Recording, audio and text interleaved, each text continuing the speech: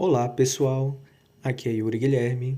Este é o podcast Garantir o Direito de Jurisprudência Atualizada do STJ e do STF.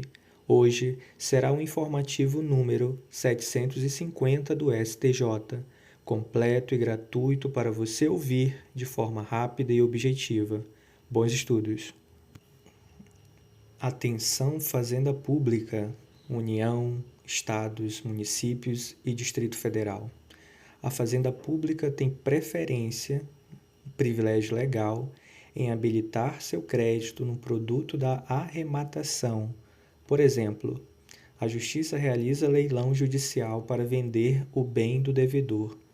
O dinheiro auferido desse leilão pagará com preferência a Fazenda Pública, ressalvados os créditos trabalhistas e de acidente de trabalho e os créditos com direito real de garantia. Para garantir esse direito, prerrogativa da Fazenda Pública, não é exigida prévia constrição judicial do bem. Exemplos de constrição judicial: penhora, arresto, sequestro. Há preferência da Fazenda Pública perante os demais credores, ainda que ela não tenha promovido prévia execução e penhora. Exemplo: João deve um tributo à Fazenda Pública. Esta nunca ajuizou uma ação de execução e penhora contra João, mas ficou sabendo que há uma penhora realizada por outro credor de João. A Fazenda Pública, então, atravessa petição neste processo de penhora, requerendo a preferência na habilitação de seu crédito. Ocorre que, para a Fazenda Pública efetivamente conseguir a satisfação de seu crédito tributário, ela precisa demonstrar a certeza, liquidez e exigibilidade da obrigação tributária, o que vai necessitar de um processo executivo próprio. Nesse caso, a Fazenda Pública precisa ajuizar ação de execução própria para não prejudicar o direito de defesa do devedor executado. Lembrar do artigo 186 do Código Tributário Nacional, que diz: o crédito tributário prefere a qualquer outro, seja qual for sua natureza ou o tempo de sua constituição, ressalvados os créditos decorrentes da legislação do trabalho ou do acidente de trabalho. Lembrar também dos artigos 957 e 958 do Código Civil, que diz: artigo 957. Não havendo título legal à preferência, terão os credores igual direito sobre os bens do devedor comum. Artigo 958. Os títulos legais de preferência são os privilégios e os direitos reais. Esses artigos confirmam a preferência no direito de satisfação do crédito antes daquele que primeiro promoveu a penhora. É preciso lembrar ainda que o concurso universal é diferente do concurso singular de credores. O concurso universal ocorre quando o crédito dos credores incide sobre todo o patrimônio do devedor. Exemplo: falência e insolvência civil. Por sua vez, o concurso singular de credores ocorre quando mais de um credor ou vários credores querem o mesmo bem, isto é, perseguem um bem específico do devedor. Exemplo: todos os credores querem penhorar a casa de praia do devedor.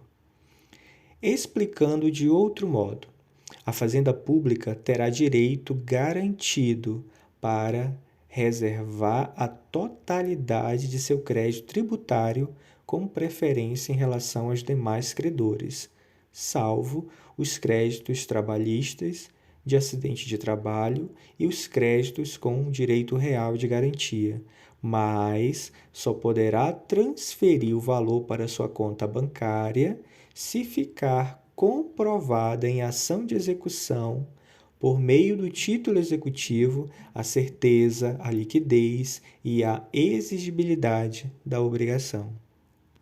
Atenção, advogados e advogadas que atuam no direito penal, criminal. Não é viável a fixação de multa por litigância de má-fé na esfera penal. Porém, se houver várias oposições de embargo de declaração, vai caracterizar exagerado inconformismo.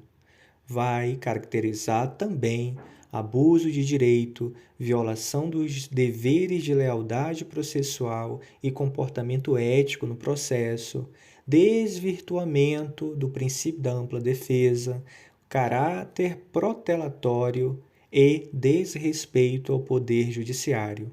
Como consequência desse mau comportamento processual, o Poder Judiciário está autorizado a baixar os autos à vara de origem, independentemente da publicação do acórdão e da certidão de trânsito em julgado. Atenção, servidor público e servidora pública.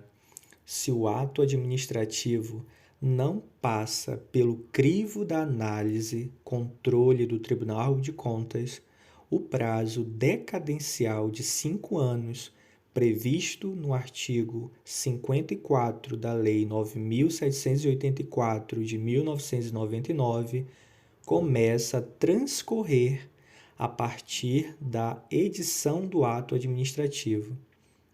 O artigo 54 da referida lei diz que o direito da administração de anular os atos administrativos de que decorram efeitos favoráveis para os destinatários decai em 5 anos, contados da data em que foram praticados, salvo comprovada má-fé.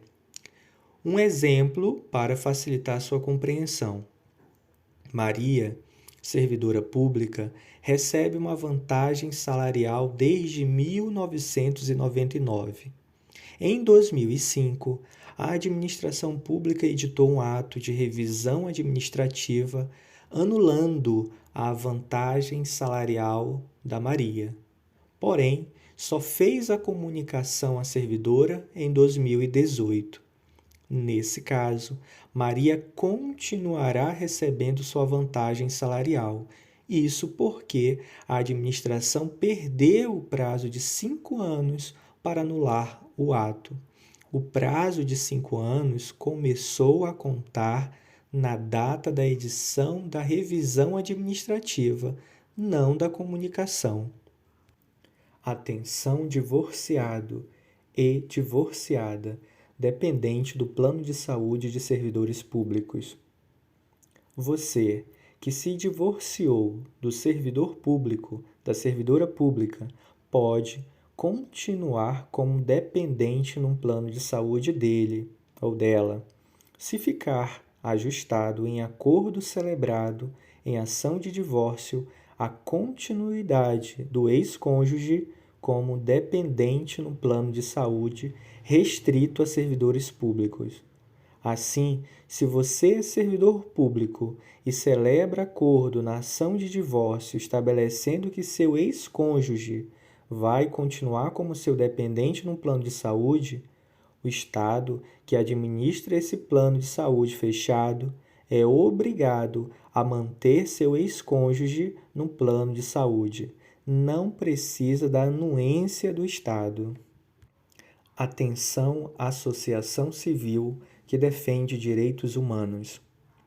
A associação civil que colocou em seu estatuto a finalidade de defender direitos humanos possui legitimidade para propor ação civil pública em defesa das pessoas que visitam os presos nos centros de detenção. Possui legitimidade também para pleitear indenização por danos morais provenientes da prática de atos vexatórios em revistas íntimas. Não é obrigatória a autorização de cada um dos visitantes das unidades prisionais. Lembrar que o Estado deve assegurar, dentre outros direitos, tratamento digno e respeitoso para as pessoas que visitam os presídios. Leis relacionadas ao tema: Lei 7.347, de 1985, que disciplina a ação civil pública, e a Lei 8.078, de 1991, que dispõe sobre a proteção do consumidor. Atenção, advogado e advogada que atua no direito previdenciário. Após a edição da Lei 8.213, de 1991, a aposentadoria por tempo de contribuição rural precisa do recolhimento de contribuições previdenciárias. Somente é dispensado o recolhimento de contribuições se o tempo de atividade rural ocorreu anteriormente à Lei 8.213 de 1991. Para entender melhor o assunto, é importante saber que carência é diferente do tempo de contribuição. O artigo 24 da Lei 8.213 de 1991 diz que o período de carência é o número mínimo de contribuições mensais indispensáveis para que o beneficiário faça jus ao benefício, consideradas a partir do transcurso do primeiro dia dos meses de suas competências. O artigo 25 diz que a concessão das prestações pecuniárias do regime geral de previdência social depende dos seguintes períodos de carência: aposentadoria por idade, aposentadoria por tempo de serviço e aposentadoria especial, 180 contribuições mensais. Em regra, os benefícios dos segurados especiais rurais estão limitados ao valor de um salário mínimo, independentemente do recolhimento de contribuições. Se o ruralista quiser benefício com valor maior de um salário mínimo, precisa pagar contribuições como segurado facultativo. Atenção farmacêutico e farmacêutica. Não é obrigatório ter farmacêutico no setor que fornece remédios industrializados em pequena unidade hospitalar. Esse setor é chamado de dispensário de medicamentos. A Lei 13.021 de 2014 disciplina o exercício e a fiscalização das atividades farmacêuticas, que prevê no artigo 6º, inciso 1, que, para o funcionamento das farmácias de qualquer natureza, exigem-se a autorização e o licenciamento da autoridade competente, além das seguintes condições. Inciso 1, ter a presença de farmacêutico durante todo o horário de funcionamento. Atenção, advogado e advogada que litiga contra o Estado fazenda pública. Se você, advogado ou advogada, está advogando contra o Estado em execução fiscal e apresenta seguro-garantia para garantir a execução e viabilizar a oposição de embargos à execução, tenha em mente que os valores gastos para contratar o referido seguro-garantia não serão ressarcidos pela fazenda pública. Isso porque esses valores despendidos, gastos, não são considerados como despesas de ato processual. Explico melhor. Despesa processual é diferente de custas processuais. Custas dos atos processuais são as taxas judiciais para impulsionar os autos do processo. Já as despesas dos atos processuais são os valores pagos para cumprir determinado ato judicial. É ato coercitivo e sem o qual o processo não anda, não se desenvolve. Exemplo, despesa com publicação de editais, diligências com oficiais de justiça, porte de remessa e retorno dos autos. No caso concreto, a Fazenda Pública perdeu na execução, mas não foi obrigada a pagar as despesas do vencedor referente à contratação do seguro-garantia, pois essas despesas não têm natureza de despesa processual. Lembrar do artigo 16 da Lei 6.830 de 1980, lei que dispõe sobre a cobrança judicial da dívida ativa da Fazenda Pública, que dá ao devedor a opção de escolher o tipo de garantia da execução. Pode ser depósito, fiança bancária, seguro-garantia ou intimação da penhora. Atenção empresa de factoring e agiota. Inicialmente, é importante lembrar que empresa de factoring é uma atividade comercial que compra direitos creditórios. Exemplo, uma empresa tem um valor a receber em cheque pós-datado, isto é, só vai receber depois de 30 dias.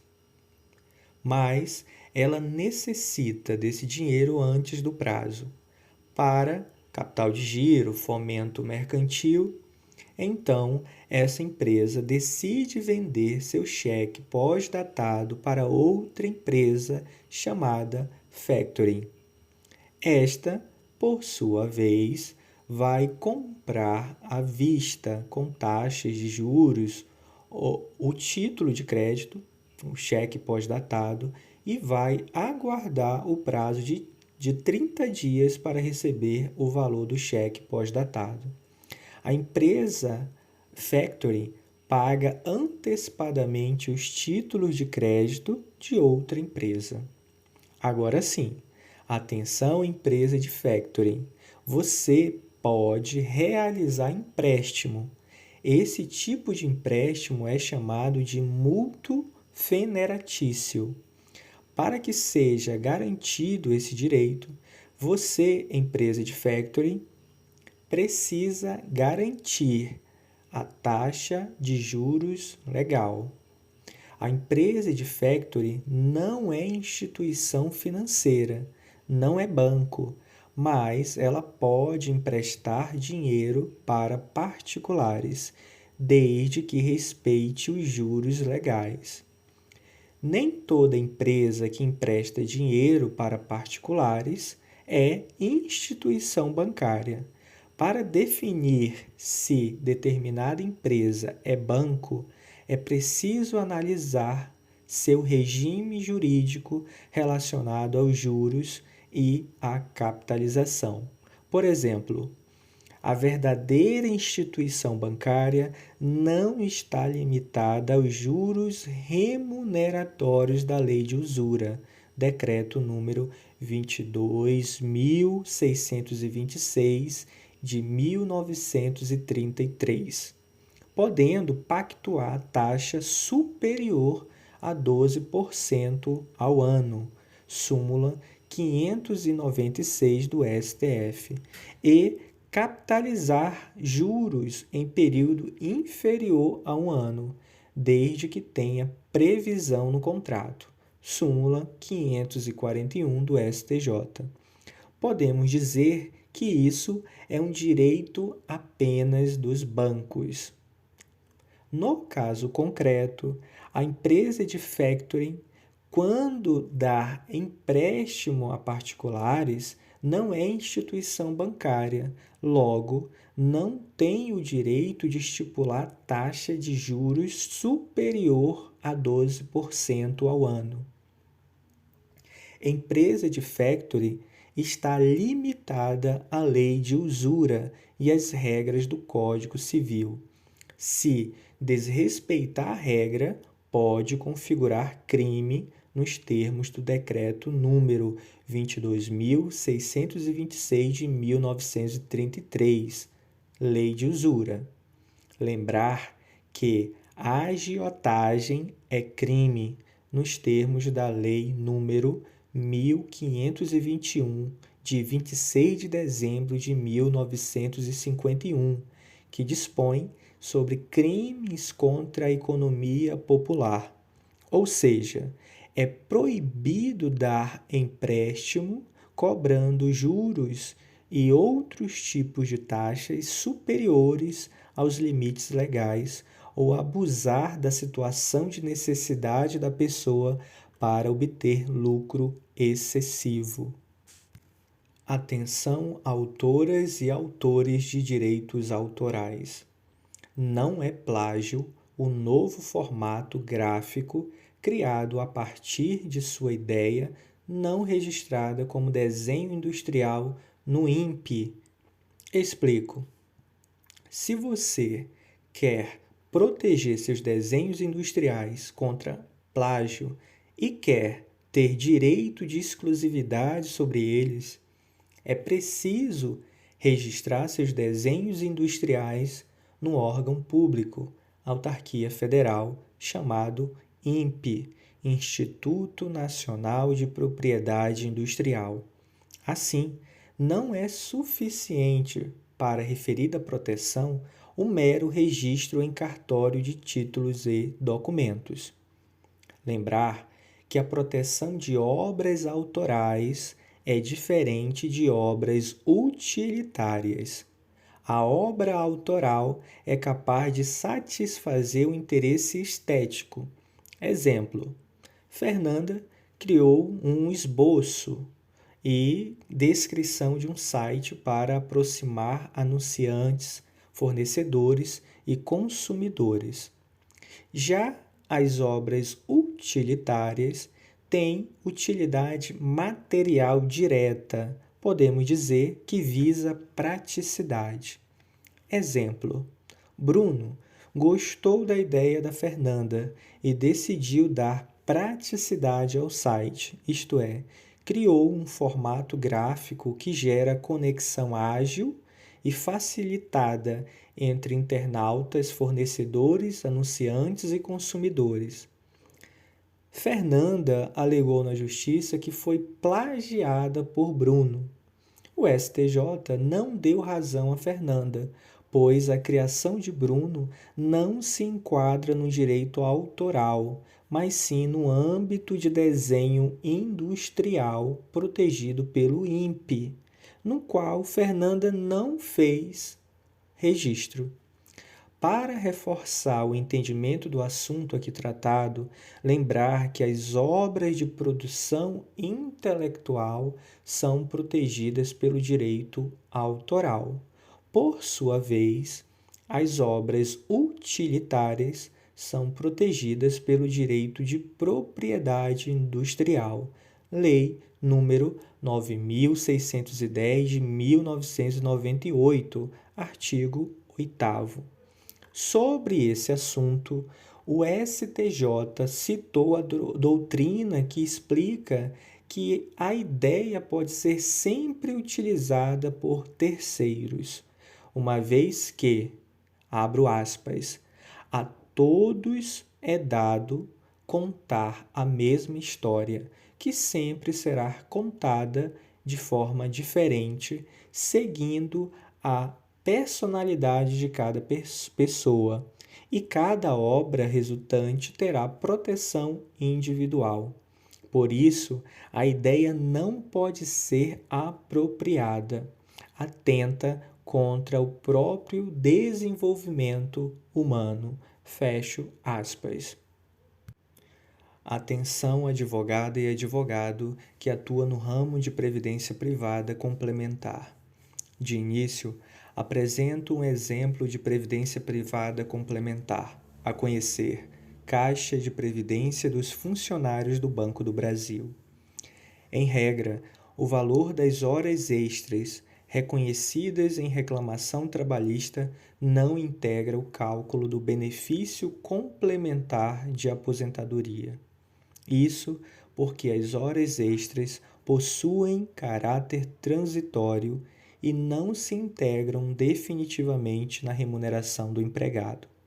Exceção: o valor das horas extras pagas durante o contrato de trabalho e que compuseram a base de cálculo das contribuições do empregado à entidade de previdência privada, conforme norma do próprio plano de previdência privada fechada, integram o cálculo do benefício complementar de aposentadoria. Algumas empresas celebram um contrato de adesão com entidades fechadas de previdência complementar para ofertar aos seus empregados planos de benefícios previdenciários. Nessa relação jurídica, essas empresas são conhecidas como patrocinadoras. Em regra, as empresas patrocinadoras não possuem legitimidade passiva para litígios que envolvam o beneficiário participante assistido e a entidade fechada de previdência complementar. Isto é, o beneficiário deve demandar apenas contra a entidade fechada de previdência nas situações vinculadas estritamente ao plano previdenciário. Exceção: a empresa patrocinadora deverá ocupar o polo passivo da ação se praticar eventual ato ilícito contratual ou extracontratual em prejuízo do beneficiário participante. Nesse sentido, é a tese firmada pelo STJ número 936. Se já foi concedido o benefício de complementação de aposentadoria por entidade fechada de previdência, não é possível incluir nos cálculos da renda mensal inicial do benefício os reflexos de verbas remuneratórias, por exemplo, as horas extras, reconhecidas pela Justiça do Trabalho.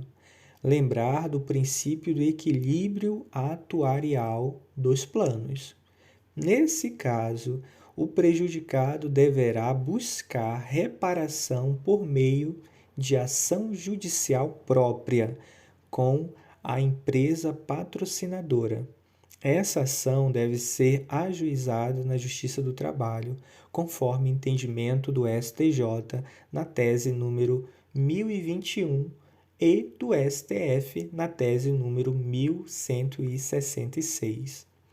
Importante também lembrar da modulação de efeitos da tese número 955 do STJ, que admite a inclusão dos mencionados reflexos de verbas remuneratórias na renda mensal inicial dos benefícios de complementação de aposentadoria para aquelas demandas ajuizadas na Justiça Comum até a data do julgamento da referida tese, 8/8 de 2018.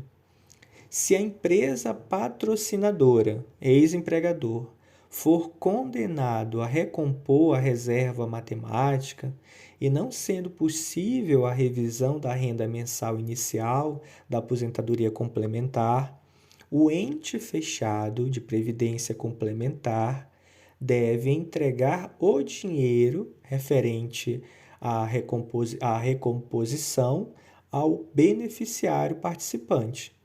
Lembrar do princípio da vedação do enriquecimento sem causa. Atenção! Você não pode desistir do acordo unilateralmente. Se você se arrependeu de celebrar o acordo com a outra parte e pretende desistir unilateralmente da transação antes da homologação judicial, saiba que não será possível. Se já foi realizada a transação, as cláusulas ou condições obrigam definitivamente as partes, os contraentes. Lembrar que você só poderá rescindir a transação se ocorrer dolo, coação ou erro essencial quanto à pessoa ou coisa controversa, conforme o artigo 849 do Código Civil Brasileiro. Atenção, empresas que oferecem serviços de aplicação na internet em território brasileiro. Para melhor compreensão, cito alguns exemplos de serviços de aplicação na internet: Twitter, Instagram, Facebook, WhatsApp, Gmail, Hotmail, Google, entre outros. O Marco Civil da Internet, Lei nº 12.965 de 2014, em seu artigo 11, determina que seja aplicada a lei brasileira nos casos de operações de coleta, armazenamento, guarda e tratamento de dados de provedores de aplicações. Basta que apenas um desses atos ocorra em território brasileiro. Ainda que os dados estejam armazenados em nuvem, será aplicada a lei brasileira. Não será necessário utilizar o mecanismo do pedido de cooperação jurídica internacional se a empresa que presta serviço de aplicação na internet não possuir filial no Brasil. Basta que essa empresa preste serviços a usuários brasileiros. A Justiça brasileira espera das empresas que prestam serviço de aplicação na internet no Brasil o fiel cumprimento da legislação pátria e cooperação na elucidação de condutas ilícitas. Se foi regularmente quebrado o sigilo de dados dos envolvidos e investigados por decisão judicial, é dever dessas empresas fornecerem os dados solicitados.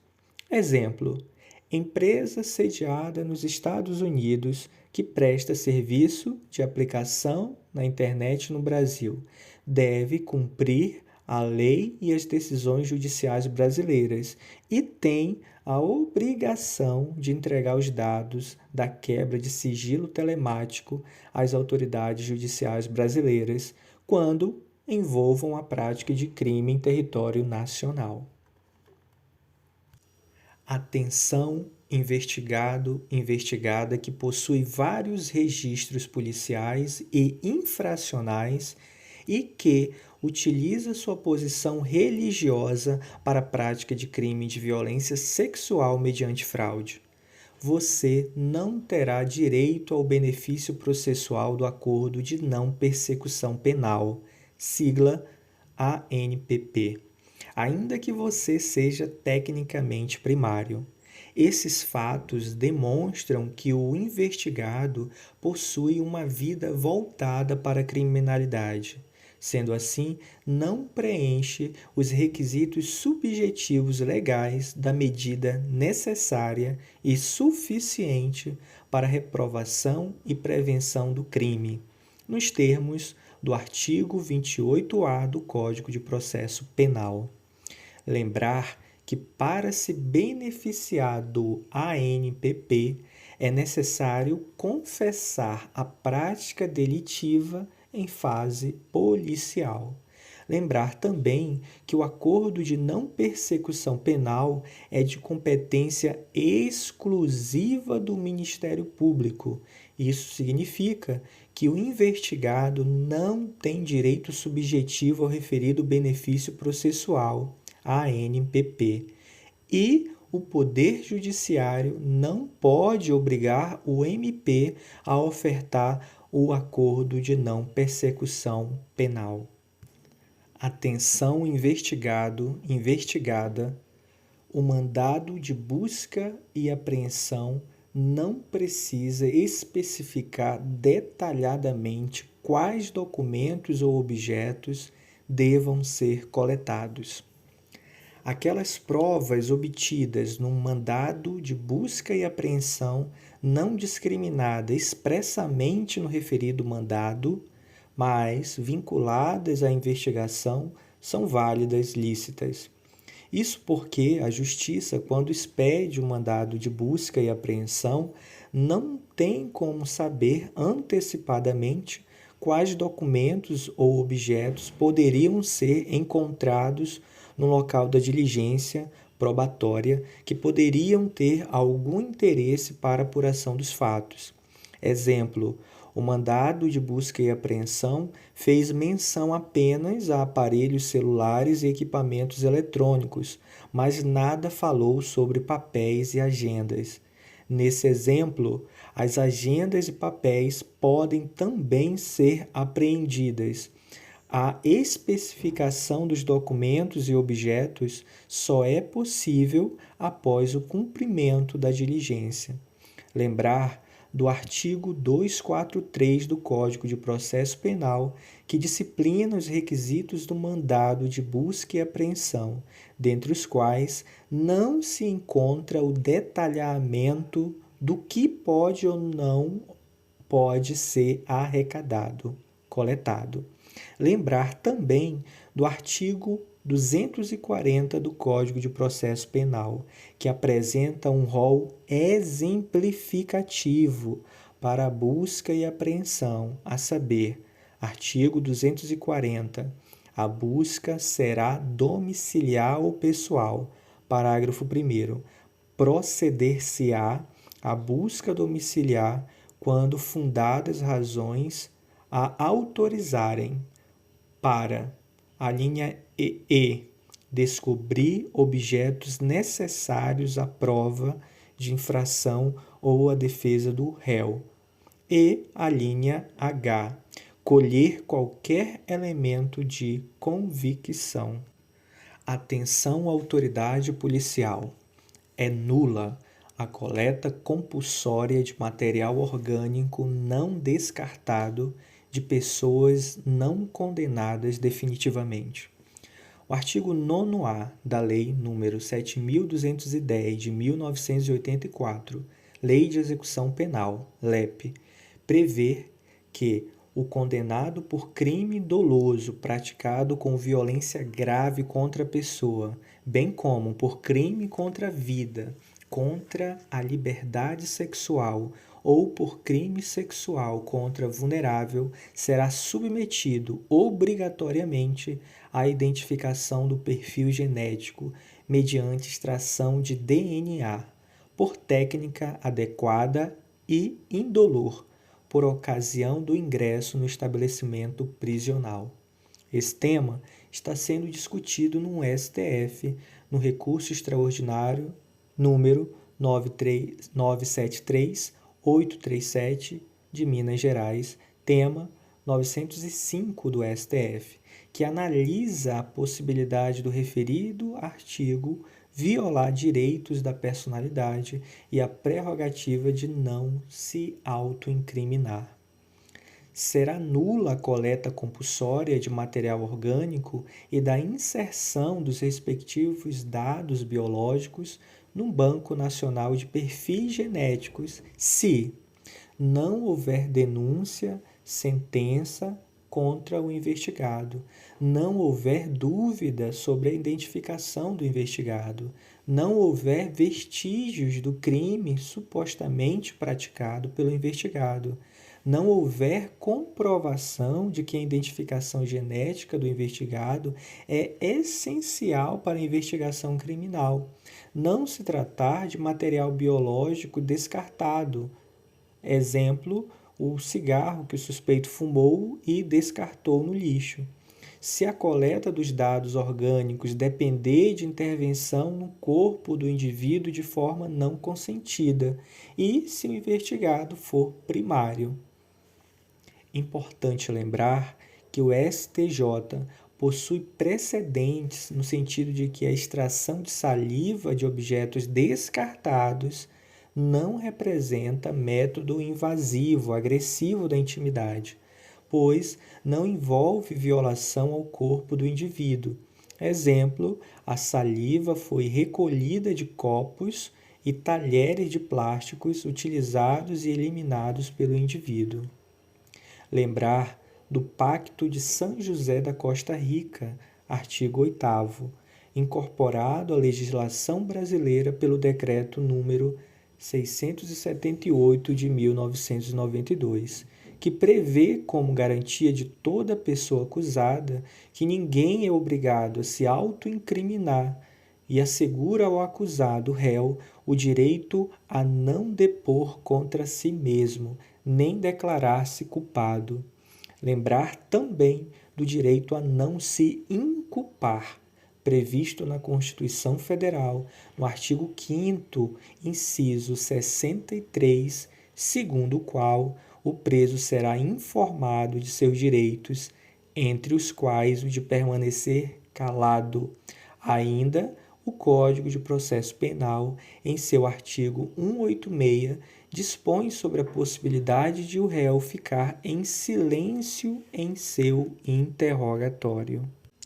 Atenção acusado ou acusada de violência doméstica.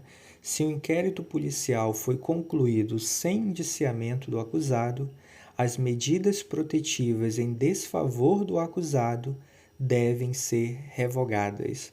Manter medida cautelar de modo indefinido e sem vinculação com o inquérito policial ou processo penal em andamento é nítido constrangimento ilegal do acusado, praticamente fazendo-o cumprir pena sem o devido processo legal. Se você gostou deste podcast, deixe seu comentário e colabore com o nosso trabalho através do link na bio no Instagram. Sua contribuição nos incentivará a continuar publicando informativos atualizados do STF e STJ. Aguardo seu feedback. Hakuna Matata.